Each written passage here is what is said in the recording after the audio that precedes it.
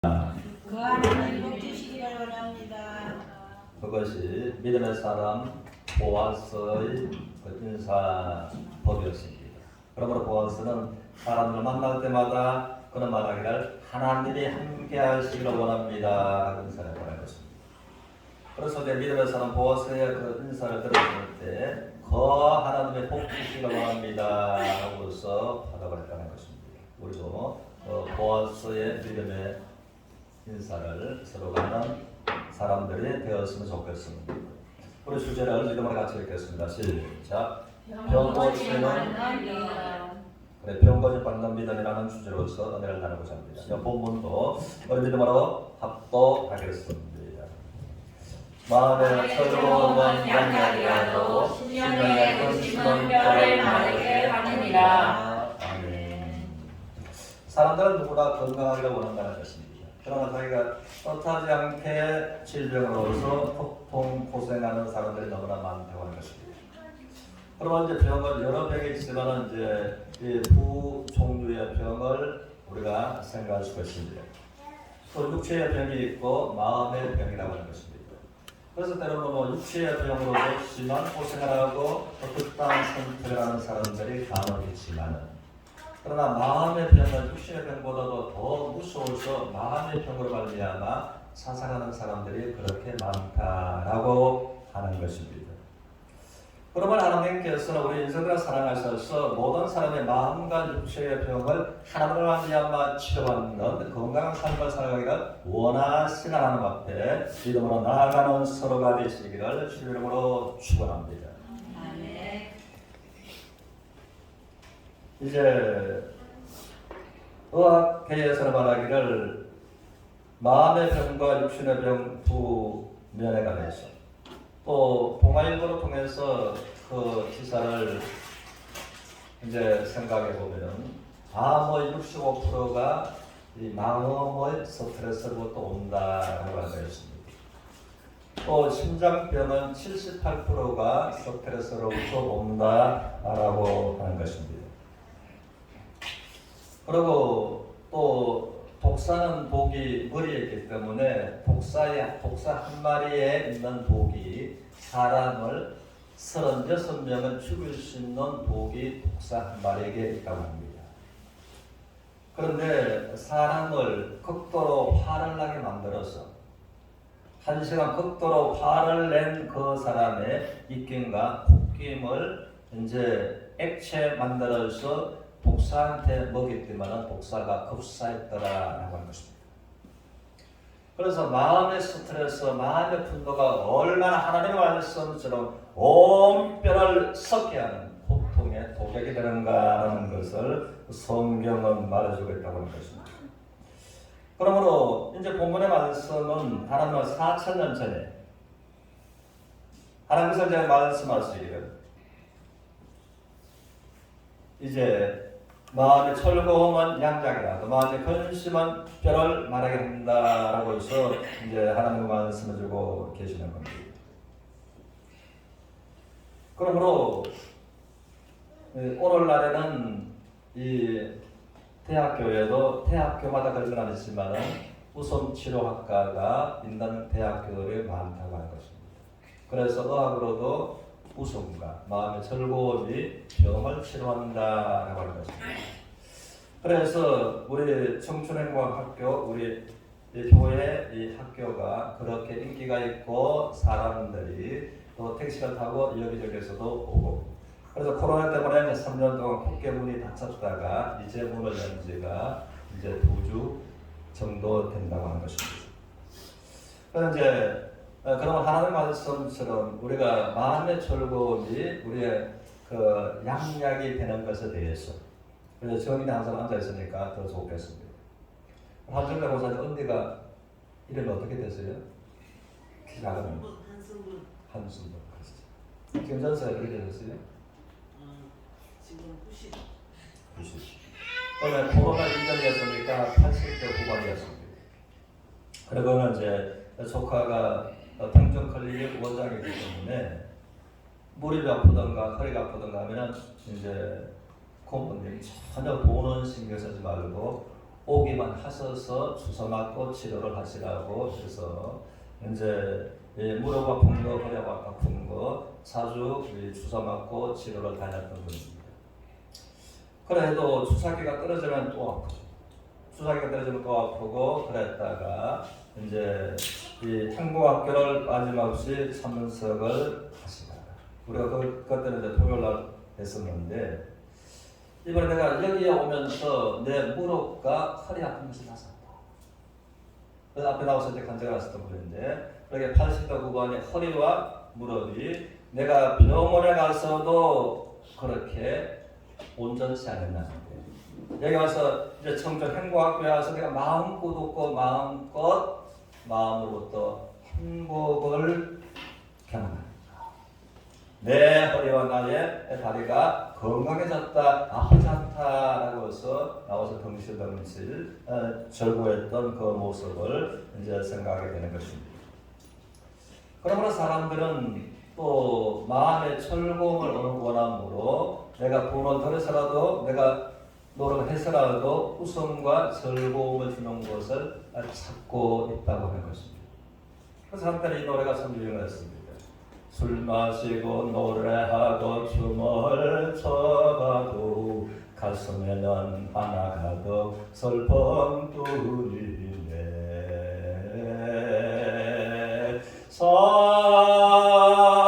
떠나자 동해 바다로 그렇게 시간과 돈을 투자해서 술 마시고 노래하고 즐거움과 아내 연차로 평화가 떠나도 마음의 근심은 없어지지 않는 것입니다. 그래서 성경을 우리에게 말해주고 있습니다. 잠언서 14장 13절 같이 읽는 시작. 웃을 때에도 마음에 슬픔이 있고 즐거울 때에도 근심이 있느니라. 그러므로 마음 중심을 가장 잘 아시는 하나님께서 웃을 때에도 뭐가 있고 즐거운 것에도 근심이 있습니다. 그러므로 슬픔과 근심은 우리들의 마음에서 그림자처럼 붙어서 떠난다 안 떠난다? 떠나잖아. 그래서 술로서 즐거워하고 노래하고 춤추고 동해 바다까지 가도 거기에서도 슬픔과 근심은 있다는 것입니다. 그럼 왜 그런가에 관해서 성경은 우리에게 말하기를 전도서 1장 7절 8절 같이 읽겠습니다. 시작. 모든 강물은 다 바다로 오르되 바다를 채우지 못하며 강물은 어느 곳으로 흐르든지 그리로 연하여 흐르느니라. 모든 만물이 피곤하다는 것을 사람이 말로 다 말할 수는 없나니 그는 보아도 족함이 없고 귀만 들어도 착하지 아니하리라. 그러나 하나님은 말씀하시기를 우리가 여름 장마철에 보면은 그 홍수를 내서 그 산사태가 나 도랑마다 물이 가득 차고 넘치 그 범람한 물이 또 강으로 흘러가서 강물이 범람합니다. 사방 강물들 어디로 흘러간다고요? 바다로 흘러 들어가는데 그 홍수 때에도 바닷물은 넘치지 않는다. 넘치지 않는 거죠. 그래서 이 바다가 사람처럼 감정이 있다고 한답니다. 그 여름 장마 홍수 때에 모든 것을 다 받아 보아도 바다가 만족이 있다. 그것처럼 하나님께서는 일평생 사람이 이제 눈으로 보는 것으로 만족이 없고 일평생 사람이 양기로 읽는 것으로서 만족이 없고 그 마음에 또 새로운 것을 경험하는 것으로서 만족이 없는 것이 사람이다 하는 것입니다. 그래서 눈은 보아도 촉감이 없고 귀는 들어도 차지 않고 마음은 새로운 것을 가지고 새로운 것을 통해서 내가 참신한 행복한 같지만 내 마음에 그 새로운 것으로서 행복을 붙들어줄 수 없더라 라고 말씀을 하시는 것입니다. 그것은 왜냐하면 사람의 마음대로도 이제 이 바다와 같은 채워지지 않는 것이 있기 때문에 그러면 하나님은 마음의 즐거움을 향하게 되는데 마음의 근심은 또한 독에게 대해서 뼈를 썩게 만드는 거예요. 그래서 모든 질병의 원인이 마음의 스트레스로부터 시작되는 거예요. 그러므로 어디에 가서 어떻게 하나님이 말씀하시는 마음의 즐거움을 내가 가질 수가 있겠는가라고 하는 것입니다. 그래서 우리 주님을 친히 말씀하시는 요한복음 14장 27절에서 보겠습니다. 같이 하겠습니다. 시작. 평안을 너희에게 주시노니 곧 나의 평안을 너희에게 주노라. 내가 너희에게 주는 것은 세상이 주는 것과 같지 아니하니라. 너희는 마음에 근심하지도 말고 두려워하지도 말라. 그럼 우리가 살아가면서 마음에 근심할 때가, 마음의 두려움이 우리 마음에 찾아올 때가 얼마나 많은가라는 것입니다. 그런데 우리 주님 말씀하시기라 너희는 마음에 근심하지도 말고 두려워하지도 말라라고 하십니다. 우리가 질병 때문에 두려워할 때가, 질병 때문에 근심할 때가, 또 사람 관계 때문에 여러 가지 다른 환경 여건 때문에 근심과 두려워할 때가 얼마나 많은가 하는 것입니다. 우리가 진정으로 하나님을 믿는다는 것은 마음에 근심하지 말고 두려워하지 말라라고서 말씀하십니다. 그럼 나와 하나님과 관계가 올바르게 또 바로 형성되는 근심과 두려움은 우리가 내 마음에서 내 환경에서 떠나갈 수가 있다는 것입니다. 그것은 왜냐하면 평안을 너희에게 주는, 곧 내 평안을 너희에게 줍니다. 내가 너희에게 주는 평안은 세상이 줄 수 없다. 세상에서 경험하는 평안은 다르다. 그래서 마음의 진정한 즐거움은 예수 그리스도로 말미암아 우리들의 오는 평안이 진정한 즐거움이 되는 것입니다. 이 즐거움이 또 내 마음에 올 때, 이 예수의 평안이 내 마음에 들어올 때에 내가 진정으로 즐거워하고 행복할 수 있는 것이고, 그러므로 온 마음과 몸에 양약이 되어서 치료하는 광선이 비추어지는 것입니다. 그러면 이제 중요한 것은 우리가 어떻게 하면은 하나님의 평안을 내 마음에 맞이하게 될 것인가 하는 것입니다. 오늘 홍계 집사님이 안 보였는데 자기 친정 어머니가 이는 중국 조선족이었습니다. 자기 친정 어머니가 깊은 우울증으로 고생을 해서 중국에서도 심하면은 병원을 찾고, 그러다가 이제 한국에 나왔는데 그분이 이제 안금숙 모친이었었는데 지금 이제 하늘나라 가셨습니다. 그래서 이 사람이 이제 우울증이 너무 심했습니다. 그래서 우리 전도사님이 전도를 하니까 나 말고 우리 어머니부터 전도해라 하는 거였습니다. 그래서 이제 자기 친정 어머니가 평일날 이제 교회로 우리 전도사님과 함께 왔습니다. 그래서 저를 만나서 하나님의 복음을 전했고 듣게 됩니다. 하나님의 말씀처럼 나의 평안을 너에게 주는, 세상이 줄 수 없는 평안. 그러나 하나님의 말씀처럼 마음에 하나님을 말미암는 즐거움이 그에게 임하는. 그러므로 어두움에는 빛이 들어오면 어두움은 자연스럽게 해결되는 것처럼 하나님의 기쁨과 하나님의 평강이 그에게 임하니까 그 우울증 문제가, 우울증은 기쁜 사람이 우울증에 걸린다고요? 기뻐하는 사람은, 즐거워하는 사람은 결코 우울증이 없습니다. 그러므로 하나님의 기쁨과 평강이 그에게 임하니까 우울증 문제가 해결되지 않는, 병원에서 해결할 수 없었던 우울증 문제가 해결되었습니다. 그래서 그러니까 사람이 달라졌어요. 그래서 이제 홍희 집사님 보면서 우리 어머니가 달라졌다. 우리 어머니가 달라졌다. 그래서 우리 어머니의 인생을 변화시킨 그 하나님, 뭘 자기가 생각하게 되었고 우리 어머니를 변화시키신 그 하나님을 믿고자 나와서 그 구원받고 인생의 놀라운 축복 속에 살아가고 있다는 것입니다. 그래서 우리를 보면은 마음의 즐거움은 양락이다. 마음도 고치고 마음의 병도 고치고 육신의 병도 고치는 것이 이제 하나님의 평강인데, 그럼 우리는 이제 하나님의 그 평강이 어떻게 내 마음에 들어오게 할 것인가 하는 것입니다. 그것은 한번 따라하시겠습니다. 믿음으로만 할 수 있는 것이다. 모두가 그 믿음을 갖는 서로가 되시기를 주님 이름으로 축원합니다. 그런데 빛과 어두움은 결코 함께할 수가 없습니다. 또 죄인과 거룩하신 하나님 함께 하실 수가 없다는 것입니다. 우리가 이것을 아는 것이 건강한 행복한 신앙생활을 할 수가 있는 것입니다. 그러므로 사람들은 내가 하나님을 믿는다 하면 내가 교회에 나가는 것을 하나님을 믿는 걸로 생각할 수 있다는 것입니다. 한 걸음 더 나갔어요. 내가 학습받고 세례받고 또 교회 직분자가 되면은 하나님을 믿었다 하고서 나가기가 쉽습니다. 그런 사람이 많다는 것입니다.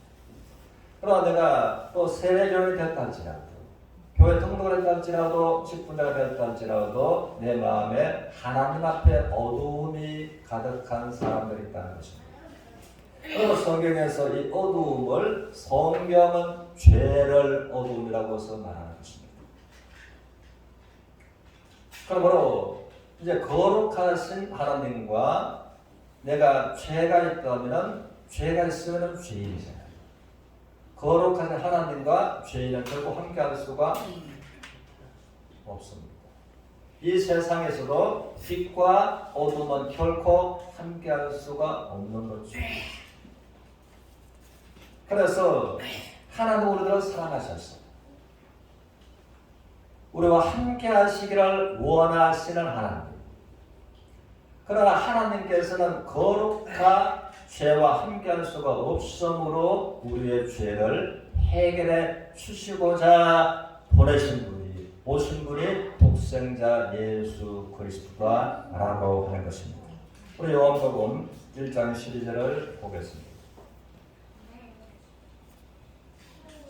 8장 12절. 같이 읽겠습니다. 시작. 예수께서 또 말씀하여 이르시되 나는 세상의 빛이니 나를 따르는 자는 어둠에 다니지 아니하고 생명의 빛을 얻으리라. 그러나 주님께서 분명하게 말씀하시는 것은 나는 세상의 빛으로 왔다라고 말씀하십니다. 나는 세상의 빛이다. 예수님과 함께하는 자는 예수님을 따르는 자는 어두움에 어떻게 다니지 아니하고 생명의 빛을 어떻게 얻는다. 그래서 요한일서에서는 또 분명하게 죄를 어두움이라고 말씀하신 하나님께서는 그러므로 하나님에게는 어둠이 조금도 없는 데가 그래서 예수님은 하나님의 영광의 본체로서 또 예수 그리스도에게는 어두움이 조금도 없느니라. 그는 죄를 알지도 못하시는 분이다. 세상의 빛으로 생명의 빛으로 이 세상에 오신 예수 그리스도. 우리 마음에 있는 어두움을 해결하시고 우리에게 생명을 주시고자 오신 분이 예수 그리스도이시다 하는 것입니다. 그러면 우리들의 마음에 어두움을 죄라고서 또 죄를 어둠으로 말씀하셨는데 그럼 우리들의 그 어두움인 죄가 없어지려면 우리들 마음에 생명의 빛이 들어오면은 어두움의 죄가 없어지는 거죠. 이 세상에서도 이제 저희가 또 90일 다 되신 어머님을 함께 모시고 살다 보니까 자주 이제 불을 잘 켜세요. 우리가 볼 때는 좀 안 켜도 되실 것 같은데 잘 켜줍니다. 그때는 뭐예요? 본인이 어둡다고 생각했습니까? 그 순간에 스위치를 누르는 순간에 빛이 들어오면 어둠은 자연스럽게 순간적으로 없어지면 해결돼요. 그래서 내 마음에 어둠이라고 하는 죄가 가득한데 하나님 앞에 죄 없는 사람이 없잖아요. 모든 사람이 죄를 범하였으며 하나님의 영광에 이르지 못합니다. 그런데 생명의 빛인 예수 그리스도께서 내 마음에 들어오시면 순간적으로 내 마음의 죄와 어둠의 문제는 해결이 된다라고 하는 것입니다. 그래서 그렇게 말씀하시는 것입니다. 나는 세상의 빛이야. 또 나를 따르는 자는 어둠에 있지 않고 생명의 빛을 얻으리라 라고 하시는 것입니다. 그래서 하나님의 세상을 이처럼 사랑하사 독생자를 주신 그 목적이 이는 죄로 말미암아 멸망치 않고 영생을 얻게 하려 하심이라 말씀하신 하나님께서 우리가 죄인 됐을 때 죄로 말미암아 우리 하나님과 원수되었을 때 우리를 사랑하시는 하나님의 사랑을 자기 독생자 예수 그리스도를 십자가에 내어주심으로 말미암아 나를 사랑하시는 하나님의 사랑을 십자가에서 확정하셨다라고서 로마서 5장에서 분명하게 말씀해주고 있다는 것입니다. 그러므로 고린도전서 15장을 통해서 성경대로 예수 그리스도께서 우리의 죄를 위하여 죽으시고 나의 죄를 위하여 죽으시고 장사지가 되었다. 성경대로 3일 만에 다시 부활하셨다라고 하시는 겁니다. 그러므로 이제 또 주님께서 어떻게 우리가 병을 고침받는 믿음으로써 마음과 육신의 병을 고칠 수 있는가에 관해서 그 원리를 말씀하신 하나님께서 고린도전서 15장 17절을 보겠습니다. 같이 읽겠습니다. 시작. 그리스도께서 다시 살아나신 일이 없으면 너희의 믿음도 헛되고 너희가 여전히 죄 가운데 있을 것이요. 그러면 여기에서 아주 놀랄 만한 말씀을 하나님은 하십니다. 우리가 죄 문제를 인해서 또 기독교뿐만 아니라 모든 종교들은 그 죄 문제를 해결하기 위해서 또 노래가는 모든 종교는 적시성을 요구하는 것입니다. 또 교회가 마찬가지일 것입니다. 그 마음 중심에 하나님한테 어떻게 나의 죄의 문제를 해결할 것인가. 그런데 성경은 분명히 말하기를 그리스도께서 다시 살아나신 일이 없으면 너희의 믿음이 어떻게 되고 없대요. 그리스도께서 다시 살아나신 일이 없으면 너희가 여전히 무엇 가운데 있고 죄 가운데 있고. 그래서 예수님께서 죽은 자 가운데서 다시 부활하지 아니하셨으면 내가 예수님을 믿는 믿음이 헛되고 내가 여전히 어디에 있고 죄 가운데. 그래서 성경은 말하기를 네가 또 세례 교인이 되었습니다.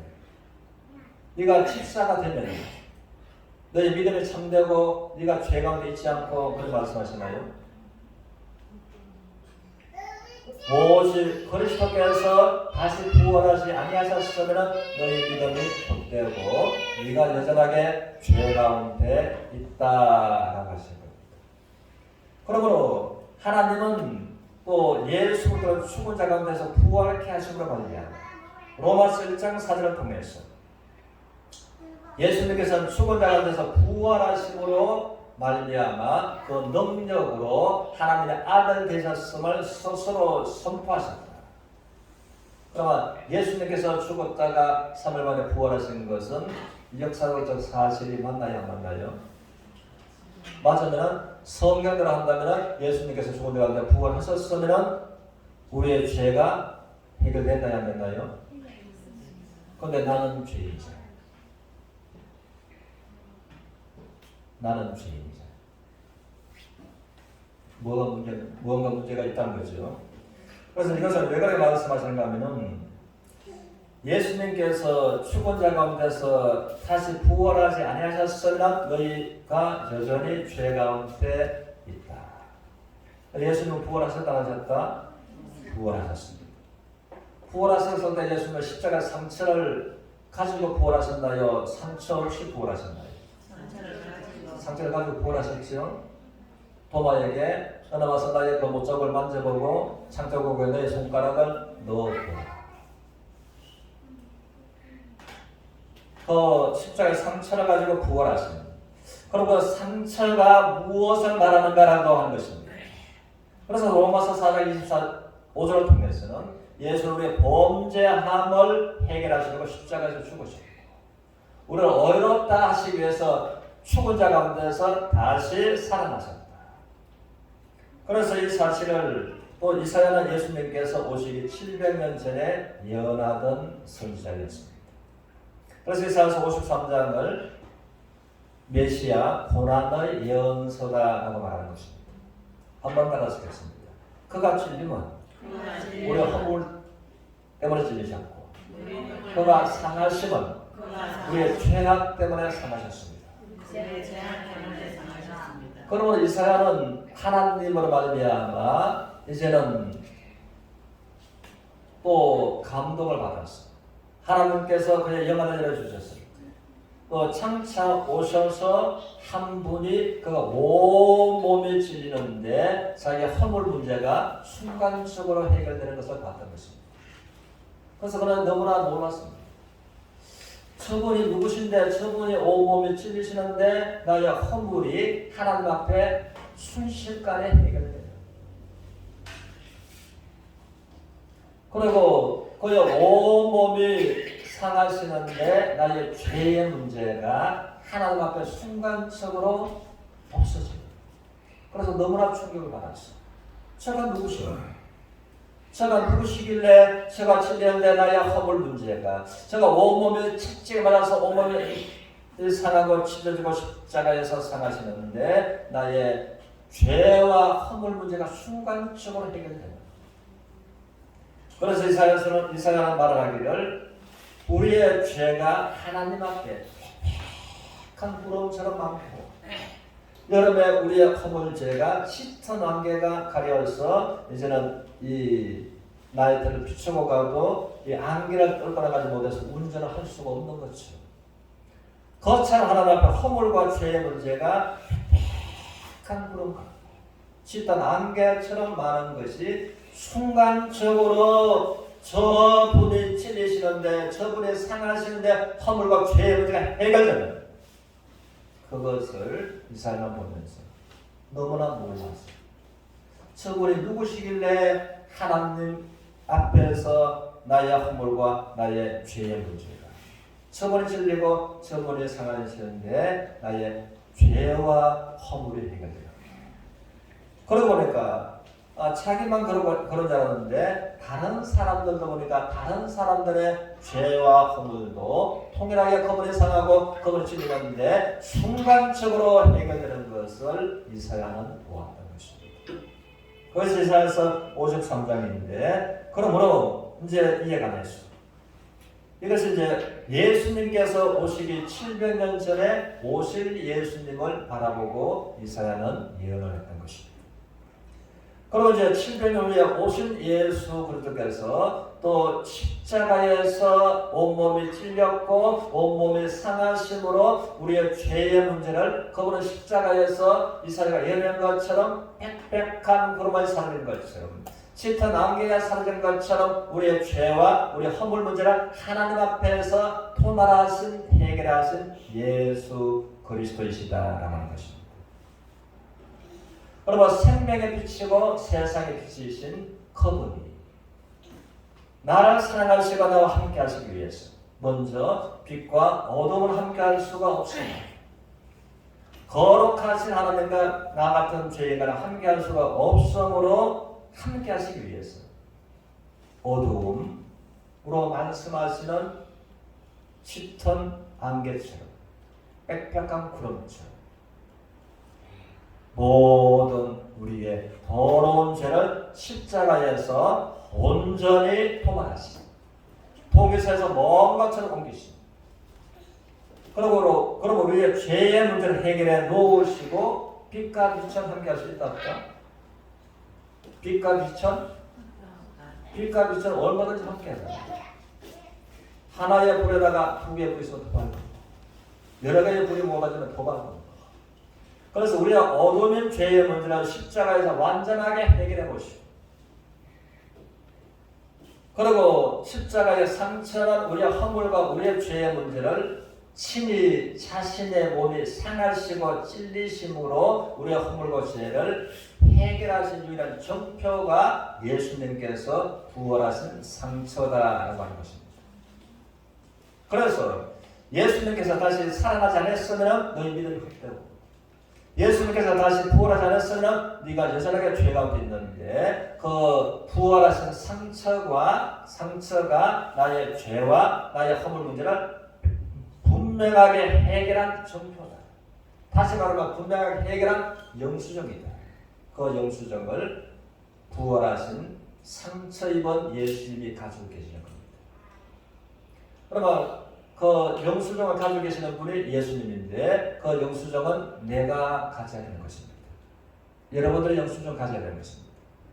영수증 없으면 이 세상에서도 또 불이익을 당할 수밖에 없는 것입니다. 그러므로 그 나의 죄와 나의 허물 문제를 해결하신 또 온몸에 상하신 찔리신 그 상처를 가지고 부활하신 그것이 영수증인데 그것을 내가 어떻게 갖는가라는 것은 그분을 내가 인격적으로 내 마음에 모시는 겁니다. 인격적으로 그분을 내 마음에 모셨다. 내가 인격적으로 그분을 만났다면 나의 허물 때문에 찔렸고 나의 죄악 때문에 상하신 그분이 내 마음에 정말 들어가 계신다면 그 상처가 나의 죄와 나의 허물 문제를 해결한 정표인데 해결한 정표, 허물과 죄를 해결한 영수증이 내 마음에 예수님인데 영수증이신 예수님 내 마음에 들어와 계신다면 그 사람은 참으로 죄와 허물 문제가 해결된 사람이다. 해결되었는 사람이라는 것입니다. 그러므로 이제 생명의 빛 대신 그러므로 내가 내게 주는 평안은 세상이 주는 것과 같지 않다. 그러므로 너는 세상에서 두려워하지 말고 염려하지 말라라고 말씀하신 말씀처럼 그러므로 예수 그리스도의 이름이 샬롬입니다. 평강 자체입니다. 평강 자체가 내 마음에 들어왔으면은 평강 자체가 내 마음에 들어오셨으면 내 마음에 기쁨은 넘친다. 평강은 넘친다. 넘치는 것입니다. 난로가 내 앞에 왔으면 나는 따뜻한 것입니다. 그러나 참으로 평강 자체이신 그분이 내 마음에 들어오셨습니다. 세상에 경험할 수 없는 예수 그리스도 말미암는 기쁨과 즐거움이 마음으로부터 이제는 솟아나는 것입니다. 그러면 주님의 말씀처럼 이 물을 먹는 자는 다시 목이 말라서 물을 찾거니와 내가 주는 물을 먹는 자는 그 배에서 다시는 목말하지 않고 배에서 영생하도록 샘솟는 생수가 되리라. 그러면 예수님을 영접하게 될 때 진정으로 예수를 내가 인격적으로 만나게 될 때에 내 마음에 놀라운 하나님과 말미암는 즐거움이 이제는 샘물처럼 솟아나는 것입니다. 그러면 하나님의 말씀처럼 마음의 즐거움은 양약이 되었어요. 마음의 쓴뿌리, 마음의 병을 치유하고 또 마음의 65%가 스트레스, 신장병의 78%가 스트레스입니다. 스트레스의 근본 문제가 치유됩니다. 육체의 병에도 놀라운 하나님의 치료하는 광선이 비추어지는 것입니다. 그러면 생명의 빛 대신 예수를 그리스도로 말미암아 마음의 즐거움이 가득하고 몸과 마음에 하나님의 치료하는 광선이 비춰지는 믿음으로 나아가는 서로가 되시기를 주님의 이름으로 축원합니다.